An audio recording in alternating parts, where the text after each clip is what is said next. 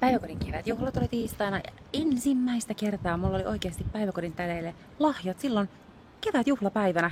Koska aina kun mä oon mennyt joulujuhliin tai kevätjuhliin, mä tuun sinne ja sit mä näen ne kaikki superäidit. Niillä on ne kassit käsissä ja sit mä muistan, että perkele. Ja mä sanon tietysti ääneen ja sitten ne superäidit paheksuu vielä enemmän.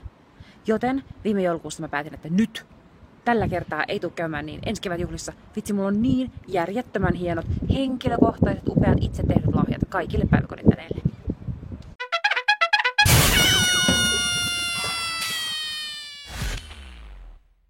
Mitään ei tule tapahtua uudestaan.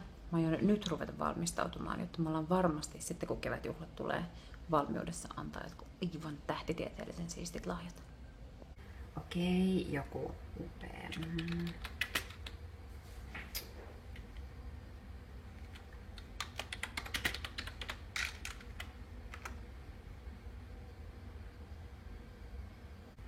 Joo, joku tämmönen. Ois ihan mieletön tämmösiä. Me tehdään 3 tällaista ja jokaiselle oma. Aivan järjettömän siisti. Todellakin. Mä kävin oikein vartavasten etsimässä ensi vuoden kalenterin. Mä laitan nyt heti tänne merkinnän, että mä muistan, että ajoissa ruveta suunnittelemaan.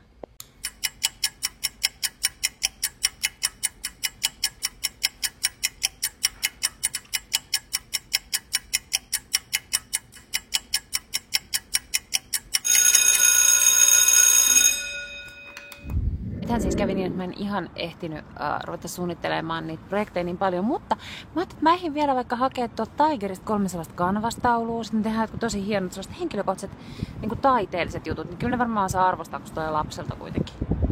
Okei, no nyt siis mä en ihan ehtinyt sitä mun taideprojektia toteuttaa, mutta tässä on vielä aikaa, mä varmaan ostan jotain sellaista upeata, tosi hyvää erikoiskahvia ja sitten vaikka ostetaan sellaiset hienot purkit ja laitetaan se sinne ja kirjoitetaan siihen jotain tosi henkilökohtaista. Siitä tulee upea.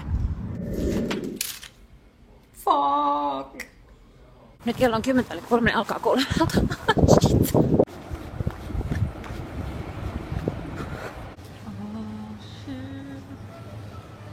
Okei, tää ei ehkä oo sopivaa.